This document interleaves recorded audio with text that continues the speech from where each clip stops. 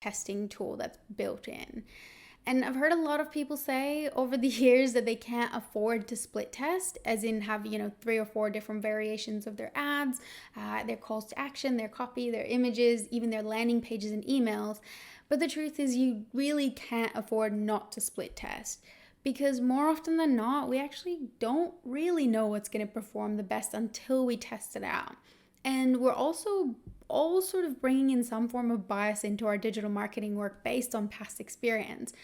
For me, for example, most of my past marketing experience within Facebook ads is largely a feminine, entrepreneurial, largely B2C space, for which pictures of happy people working on laptops and, calligraphy and soft pastel vibes, handwritten fonts, all of that stuff works really well. But then imagine I was bringing that bias into working with a property development client. I would be doing myself and them a massive disservice, because theirs is a space that would probably work more with images of properties and bold colors and bold fonts and kind of largely masculine feels and vibes. So the easiest way to really take our own biases out of this process is to assume nothing and split test everything. Because believe it or not, yes, split testing might cost you a little bit more upfront, but it's actually much cheaper for you to run in the long run when you compare that to putting money behind a strategy that's not converting for you, but you're sort of doing it anyway and assuming that more money is going to fix the problem in your foundation. So let's get into when you can and how you can split test within your Facebook ads process. You can split test or A/B test everything from your campaign objective to your audience variables within your ad sets, down to your ad creative, copy, and call to action variables, and even elements on your landing pages or within your emails. But the key with your split test will be to control as many variables as possible. That means that you should never be trying to test more than one variable at a time. Otherwise, you have no idea what's causing your campaigns to perform better or worse. And there's an ongoing debate with marketers as to the order of split tests that you should be performing. My personal tactic that I'm going to be taking you through is that if I'm starting with a completely blank account from scratch, or an account that hasn't been performing very well, then I first want to test my copy and creatives before then running my best performing ads to different audiences to test out which audiences work well for me. And a big reason for this is because first impressions really count. And if your audience is quite small, because maybe you're a local business or you have a really targeted niche audience, then this is a no-brainer, because you only want to be showing people your best performing ad content. So let's take a look at these steps, and then we'll also jump into Ads Manager and take a look at how we can go about implementing this. So once you have at least one cold audience that you have created and saved based on your research within your audience insights inside of Ads Manager, it's time then to split test your ads to this audience. And as I said, there's no perfect strategy for this. Other marketers might choose to test their copy first before their creatives. But for me, I found that testing different creative variations against each other is the best first step. And this is my chance to really try out 3 to 5 different creatives as a part of this test. So I could test an image, a video, a carousel, or maybe even this kind of custom GIF of myself to see what's performing best with this audience. Then let's say I find that my GIF performed the best for me. I could then run one additional split test that only tests variations of that GIF creative that worked really well in my previous round of testing, with different background colors, maybe different text options, and just trying different variations of this type of creative. Or let's say a video performs the best for me. Then I could actually go through and test different thumbnails of that same video. And I have linked this case study within your class guide as well, so make sure to check it out there. And it's an excellent example from Adespresso about what a difference a video thumbnail can actually make on your overall goals. So these guys were trying to get people to download the Soapbox app with this video. So they spent $250 per ad and found that even though this kind of cartoon looking thumbnail had higher initial click-through rate, the video retention was a lot higher, and the cost per acquisition of their actual customers and the cost per download of the app was a lot lower for people who are watching the videos with Adam's face on the thumbnail without text. So make sure to check out the full article in your class guide, but just know that something as small as just changing a thumbnail from something that's quite cartoony looking and it may be a little bit flat to an image of a human mid speech can potentially cut your costs in half, which is huge. Then, step two, after finding my best performing creative element, it's time for me to go and test out my copy. So, I found that the biggest thing that makes a difference in terms of split testing your copy is going to be length. So, I encourage you to try out one really short copy that is just 1 to 2 sentences, one medium length copy that's maybe 4 or 5 sentences, and then one long copy that might even be a couple of paragraphs or even longer, depending on how long the story is that you're maybe telling through this copy. And you would be doing all of these things with your winning creative element. So everything else stays the same. The only thing you're changing at this part of your split testing is the copy length. Then once again, you could break this step down one step further.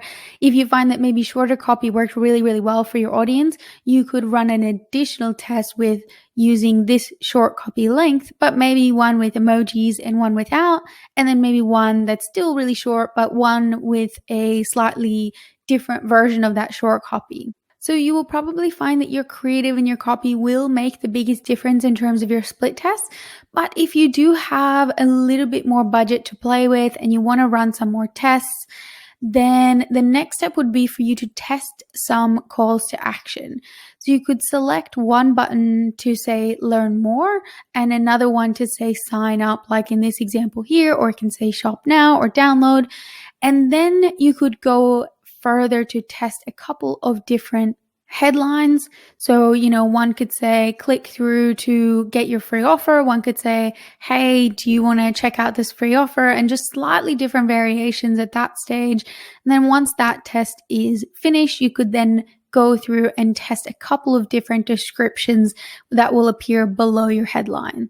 And also, as I said, in my opinion, this is not a part of your testing that will have the biggest impact. So don't worry if you don't have enough testing budget or time for this step.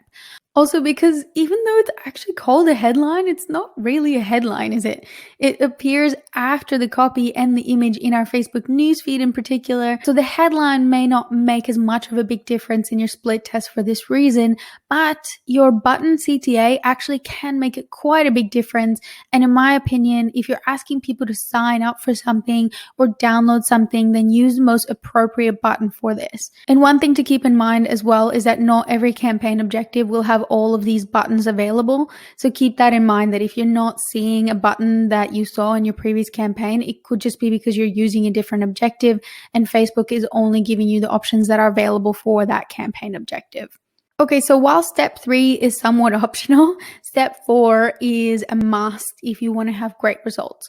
And the reason that I put this at step 4, not at the beginning, is because you will get the most out of your testing budget if you're able to test your audiences with the correct objective. And what I mean by that is that if you test your audiences first before you're testing out your creative and your copy and anything else, you would probably just be testing it with a low cost campaign objective like traffic or engagement just to see what's performing well for you, because you wouldn't really want to be paying for conversions when you don't really have your best performing ads to use on these audiences yet.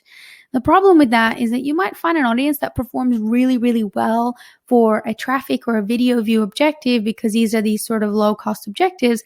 But when the time comes for you to actually put your best performing ads in front of this audience and get them to really sign up for something using your conversion objective, maybe you then find that it's actually really expensive or it doesn't quite work. So I really encourage you to test out your other assets first, fine-tune your ad creation process, and then once you have your best performing ad or a couple of ads, you can then run that same ad to 3 or more ad sets to see which of these is most responsive to your content and is actually performing the actions that you're optimizing for at this stage, which would be conversions and leads or webinar registrations or something that is really important to your sales cycle. Finally, I would also like to encourage you to split test what happens after someone actually clicks on your ad. So, have a couple of variations of your landing page, maybe a couple of different subject lines that you can test for your emails to see which ones get people to open their emails more or click on stuff more.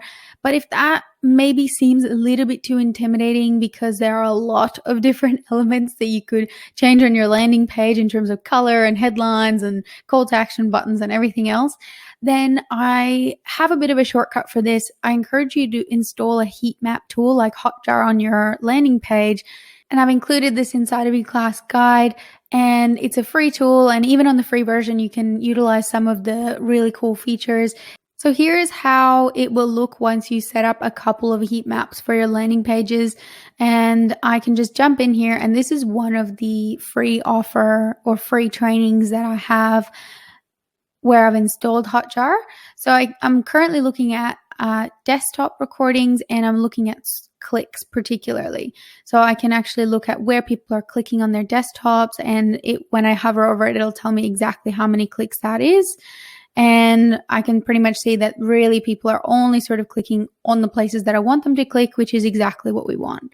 All right. And then if I just look at where they're moving, that's a whole different sort of heat map, because then I can see where their cursor was actually hovering over. So I can see, all right, they're actually checking out number 1 in what the free training will cover more than the other numbers. So can I make this my best tip? Because that seems to be where people are actually spending a bit of their time. And same with here.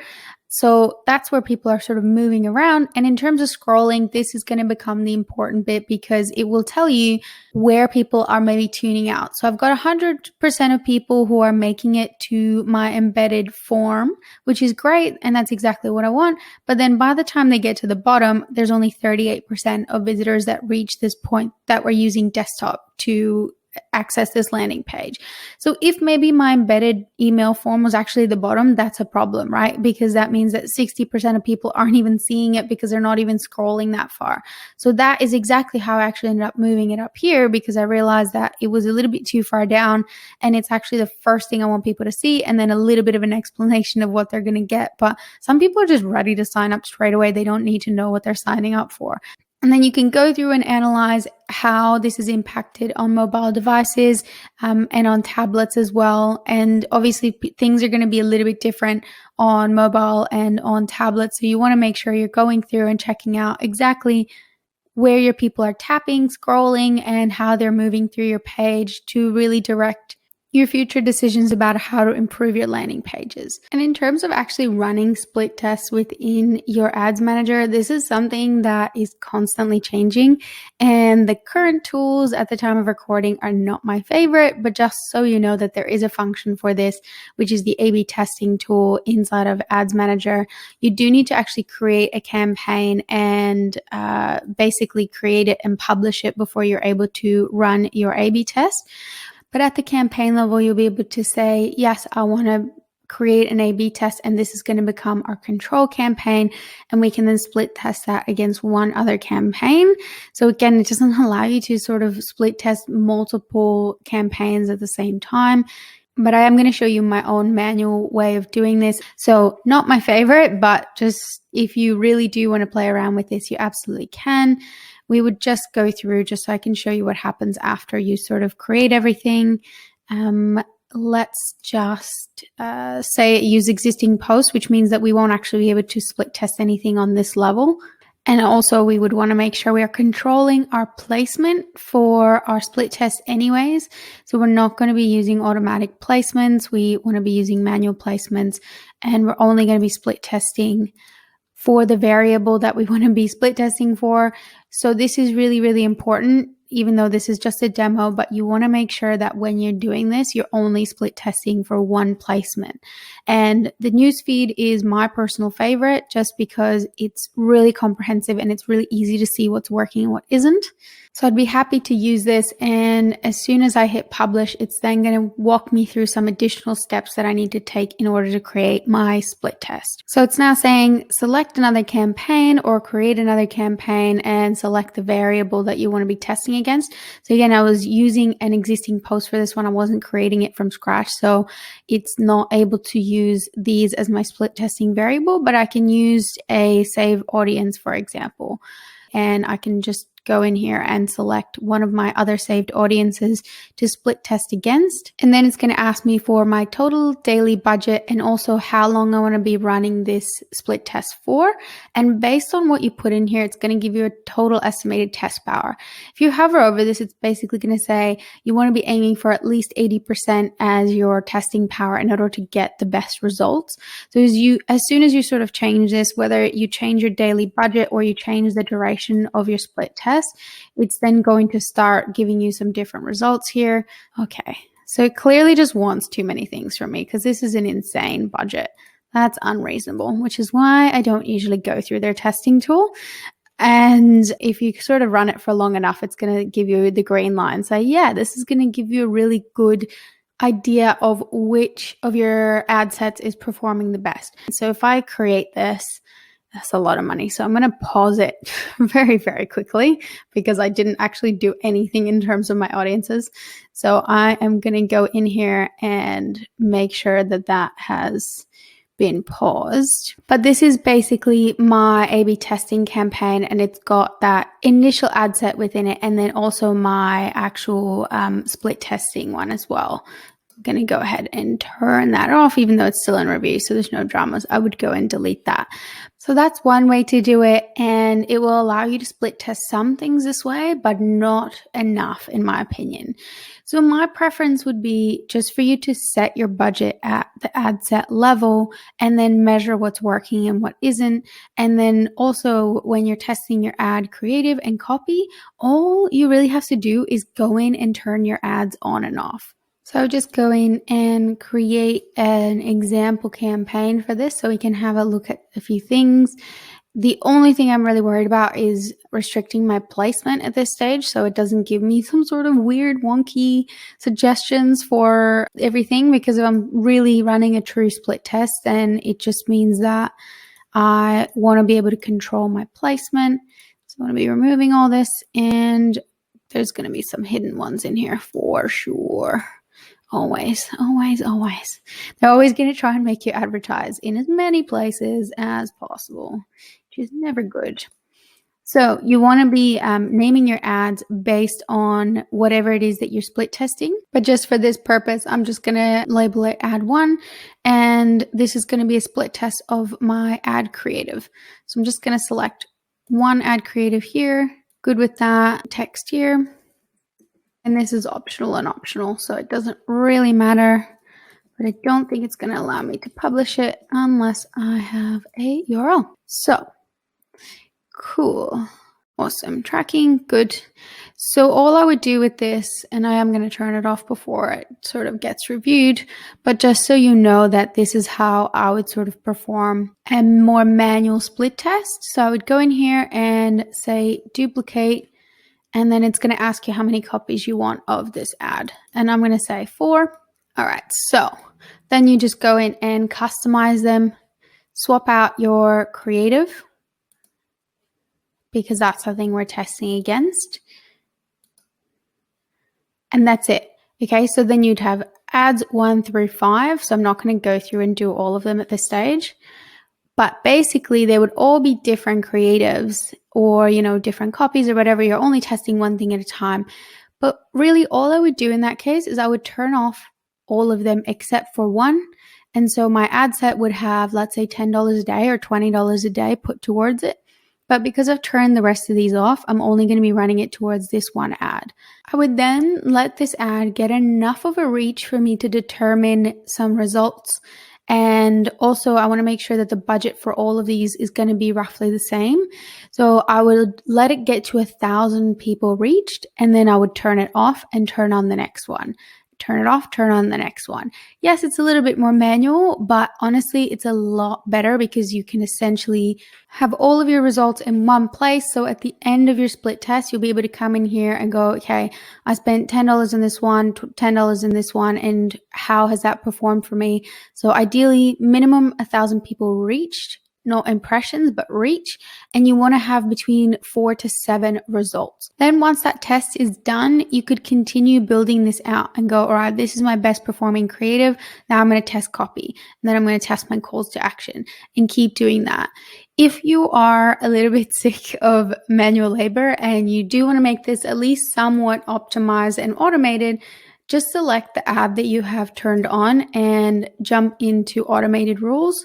Now, I've already got a rule for this, but let's just go into how to create it. And you would basically give the rule a name and say, apply this to the one ad that's selected, turn it off once the amount spent on the ad is more than $10. And I'll just add that in. And you could change the range. You can also change so many different variables, so it doesn't have to go by spend. You could say once it's reached 1,000 people, turn it off. But that will really help you to stay on track with making sure that everything is sort of working really smoothly for you, and then you can just come in here and turn on your next one. It's also going to send you an email and a notification when it runs your rule. And then once you save this rule, then you'll actually be able to have it as a rule for you to actually apply for your next ad. So then all that means is that Facebook is going to turn this off for you as soon as 1,000 people are reached or it's spent enough money. And then all you'd have to do is come in here, turn on the next one, and then you can say apply existing rule. And automated roles are something I really encourage you to explore because there's a lot of really good stuff here in terms of managing frequency. So you can actually make it automated, especially if you have a lot of ads going on at any one time outside of your testing phase, even when you're already running live campaigns and you really want Facebook to help you out a little bit in terms of turning your ads off when your frequency reaches above, 5 or 6, because it's then getting to that danger point where people are seeing your ads a little bit too frequently. You can actually just set a rule for that, and you don't just have to apply it to a specific ad. You can apply it to a specific campaign or ad set, or you can apply it to all your active campaigns or ad sets. So definitely play around with some of the automated rules. It can be a really good way to streamline your process.